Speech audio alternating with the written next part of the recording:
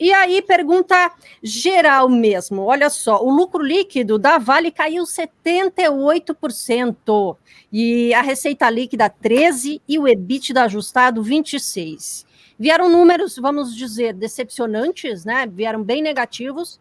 E também a dívida, olha só, a dívida aumentou 67%. Conta aí um pouquinho para a gente o que está acontecendo com a companhia, se realmente esses dados no negativo aí são números para a gente ficar preocupado. O que você pode comentar sobre os resultados do segundo trimestre da Vale? O primeiro e o segundo trimestres do ano passado foram trimestres excepcionais por conta da guerra entre a Rússia e a Ucrânia, né? Então a gente viu o preço do minério disparando. Então quando a gente faz a comparação anual do resultado, realmente a gente vê essa queda abrupta, né? E parece que o resultado foi muito ruim. Mas na verdade é que a base de comparação era completamente artificial, né? Entre aspas. Foi uma coisa extraordinária que o minério foi lá para os $120, né? Enquanto, né, um preço mais normalizado é próximo ali de 120, 130, que é mais ou menos o patamar que está hoje. Quando a gente olha na comparação sequencial, que é a que eu mais gosto de fazer nesse caso, né, olhando o primeiro trimestre contra o segundo, a gente vê uma evolução da companhia, né? Então, até em termos operacionais, em termos de produção de minério, ela atingiu um run rate ali, que se a gente analisar aquilo, ela consegue alcançar o guidance de produção que ela já tinha passado para o mercado, e que antes o mercado achava que ela não fosse cumprir. Agora já fica muito mais factível, né? Em termos de venda, em termos de receita, também houve avanço em relação ao primeiro trimestre, que eu acho que foi positivo também. Mas aí, como eu disse, né, essa comparação anual ela acaba criando uma distorção grande, e acaba parecendo que o resultado foi bem pior do que parecia. E os números chamam a atenção, desculpa te atrapalhar, mas os números chamam a atenção, né? Quando você olha ali uma queda de quase 80% no lucro, nossa, já fica meio, né? Fica de olho falando assim, nossa, o que aconteceu, né? Sim, com certeza. Assim, eu acho que em termos negativos para esse resultado, eu acho que foi o fluxo de caixa livre, que aí esse sim veio bem abaixo do esperado, veio em 770 milhões de dólares. Explica mais um pouquinho essa questão do fluxo de caixa livre para o pessoal entender, que é uma questão bastante técnica. Se puder trazer numa coisa assim mais simples para todo mundo entender. Seria a geração de caixa da companhia, já descontando também os investimentos. Isso veio bastante abaixo do que o pessoal esperava, mais explicado pela piora aí de capital de giro, a estocagem da companhia, né? Então ela acabou se estocando mais no final desse trimestre, o que acabou piorando essa geração de caixa. Mas não me parece uma coisa estrutural, parece mais conjuntural e um fator mais da operação da companhia. Então eu acho que não é um foco de preocupação, embora o mercado tenha ficado, né, tenha sido o pior ponto do resultado. E sobre o endividamento que você falou, é um ponto muito interessante, que de fato aumentou bastante o endividamento da companhia, para em torno ali de 14, 15 bi de dólares, né? Só que ela está com uma política, quando a gente fala assim, né, parece que é um endividamento muito grande, mas quando a gente olha para a companhia e para o caixa que ela tem, para a geração de caixa que ela consegue fazer ao longo dos trimestres, é muito baixo. Então hoje ela tem como política de ficar navegando o seu endividamento entre 10 e 20 bi, o endividamento líquido, né, a depender da situação. Hoje está ali no meio desse range. E por que ela decidiu aumentar o endividamento dela?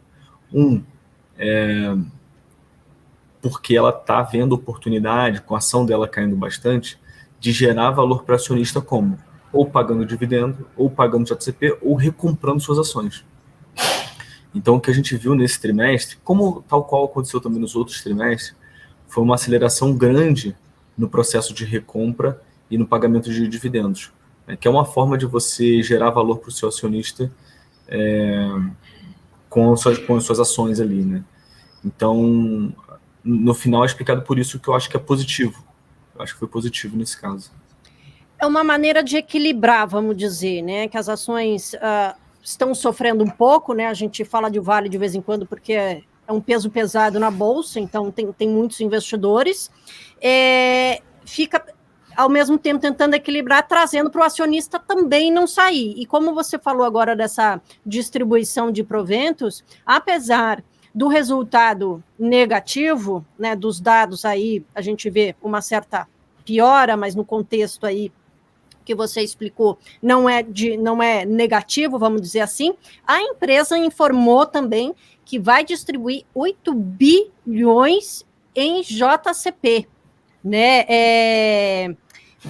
Isso aí faz parte, que nem você falou, dessa estratégia de gerar valor para o acionista, e aí dá uma certa equilibrada, né? Porque a gente já comentou aqui que a ação da Vale está barata, porque ela pode entregar.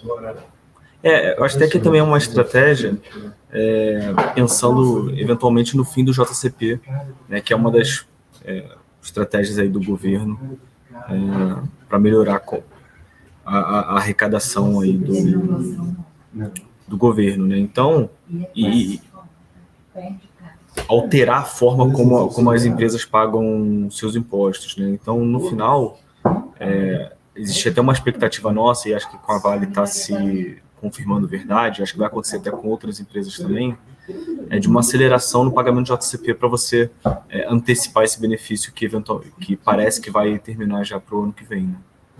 A gente vê também uma mudança nos dividendos, né? Também uma certa diminuição, né? Sim. Isso não vai complicar para a Vale, de repente? Porque, né, as ações, vamos dizer, tão baratas. Ela tenta compensar essa situação para o acionista pagando dividendos e JCP. Será que essa situação da Vale não tende a se complicar um pouquinho mais para o ano que vem? Porque a gente prevê o JCP mais para o ano que vem, 2024, essa extinção, então eles devem acelerar no segundo semestre. Mas será que para 2024 a situação da Vale pode se complicar um pouquinho? Assim, no final ela é muito sensível ao preço do minério, né? Então é ele que dita ali basicamente como vai ser o resultado operacional da companhia. É muito difícil a gente prever para onde vai o preço do minério, mas o que a gente tem hoje é que parece que nesse patamar ele está, de certa forma, estabilizado, embora esteja caindo mais de 2 hoje, e esse patamar é um patamar que a companhia consegue gerar muito caixa, né? Que o custo para você o custo de produção das competidoras internacionais da Vale, se o minério cair muito mais, começa a ficar inviável a produção. Então existe um custo meio que ótimo para você estar ali operando, né?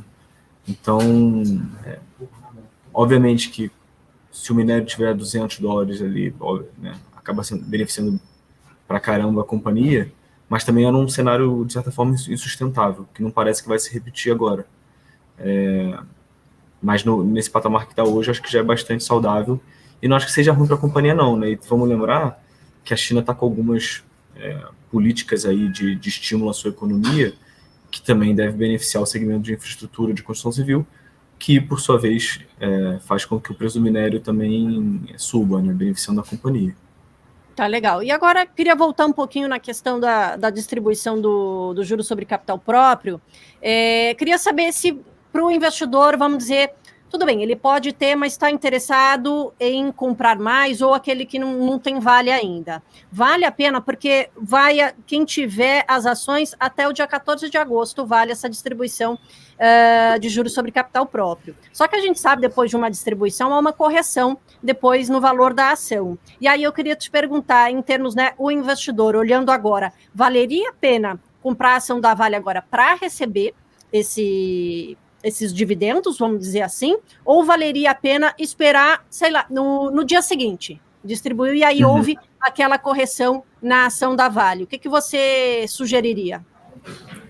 Se o investidor está procurando só fazer esse flipar, né, que a gente fala, comprar hoje, no dia do pagamento ali, no dia que ela ficar ex, você vender, isso não faz diferença. Então, eu não compraria por causa disso, porque no final você não tem geração de riqueza quando há pagamento de dividendo.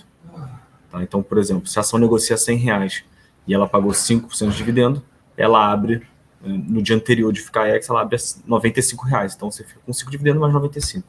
Você não tem geração de riqueza com isso. Agora, se o investidor, além de receber dividendo, ele está procurando uma empresa que está barata, tem margem de segurança, ela ajuda a diversificar o seu portfólio, tem grande parte da sua receita dolarizada, se você busca esses outros fatores também, aí eu acho que faz super sentido você comprar, até porque ela está bem barata hoje. Tá, legal. E aí também tivemos várias notícias de Vale. Além desse resultado, ontem a Vale também anunciou uma parceria no setor de metais básicos, eu queria que você explicasse rapidamente essa operação e como isso pode ser positivo, porque ela vai receber mais de 3 bilhões. Isso pode se reverter, de repente, para os acionistas? O que você pode falar dessa parceria com essa empresa saudita? Tá. Essa parte de metais básicos, ela basicamente é cobre e níquel, né, que ela produz. E são metais que estão sendo bastante utilizados aí por conta de toda essa migração em ESG, eletrificação da frota, etc. Então, a demanda tem aumentado por esse tipo de metal. E a companhia já estava procurando um parceiro para essa operação, porque no final ajuda ela a destravar valor. O que estava acontecendo, como o minério é muito mais representativo dentro da Vale, né, minério representa 89% do EBITDA da Vale. A parte de metais básicos, que era 11%, acaba ficando um pouco de lado, né? Então, assim, não consegue explorar da maneira, né? Ali. A parte estratégica ficava subótima, vamos dizer assim. Então, quando você bota um parceiro estratégico que tem conhecimento e que está disposto a ajudar a explorar melhor, né, essas avenidas de crescimento dentro da parte de metais básicos, parece ser bastante interessante. E o que a companhia está fazendo, então, é uma cisão, né, para você ter um corpo de executivos próprio, para ter um conselho ali próprio, para conseguir tocar a operação, né, dando 100% de foco nessa operação, enquanto a Vale dá 100% de foco na parte de minério, e aí com isso existe uma expectativa de geração de valor. Isso, quando a gente olha só pela parte de avaliação dessa parte de metais básicos, também foi interessante. Então, enquanto o consolidado todo da Vale negocia 4 vezes EBITDA, só essa parte de metais básicos foi avaliada em 10 vezes EBITDA. Ou seja, isso implica que a parte de minério de ferro está sendo negociada, está sendo avaliada menos de 4 vezes EBITDA. E que, na nossa opinião, está muito barato. Então, além de você destravar valor nessa companhia, além de você dar um foco total nela, você tinha um valor escondido que a Vale Minério de Ferro estava negociando a múltiplos mais baixos do que a gente acha que deveria estar. Tá, legal. Então, a Vale continua na carteira. Continua na carteira. Tá, legal. Agora, por outro lado, a gente começou recentemente ruídos, né? A gente sabe que a política influencia bastante, principalmente aí essa questão agora que está circulando do Guido Mantega fazer parte da Vale, da diretoria. Esses ruídos políticos, claro, né, também influenciam aqui um pouco na ação no curto prazo e tudo mais. De repente, se houver essa entrada do Mantega, a gente pode prever alguma mudança ali na Vale, pode prejudicar de alguma forma, porque, né, tão baratas agora, a gente tem algumas coisas que podem prejudicar a empresa daqui, vamos dizer, mais para o médio prazo, ano que vem, questão de dividendos, JCP, que a gente já comentou, e agora, de repente, vindo uma pessoa mais associada à política, vindo para a Vale, questões que a gente já teve anteriormente, mais uma vez, eu faço a pergunta, mas nessa questão agora, poderia prejudicar as questões até mesmo estratégicas da Vale? Eu acho que seria muito ruim, tá? Acho que o debate pronto seria muito ruim. Mas eu não acho que passa. Eu acho que, no final, acaba sendo mais um ruído do que, de fato, um sinal concreto de alteração, de possível alteração dentro do corpo ali de executivos da companhia. Mas você botar uma pessoa que não tem experiência no setor, uma indicação política, simplesmente para tentar ter um controle maior da companhia, e eventualmente dos dividendos que a companhia está pagando, né? Enfim, eu não acho que seria positivo, não, seria bem negativo. Mas não é questão para se preocupar agora. E você acha que não passa, mas assim, vocês não precificam isso para o investidor um pouquinho mais para frente, porque vocês acham que não passa mesmo, né? Isso, hoje não está no nosso cenário base isso, né? Não acho que vai acontecer, não.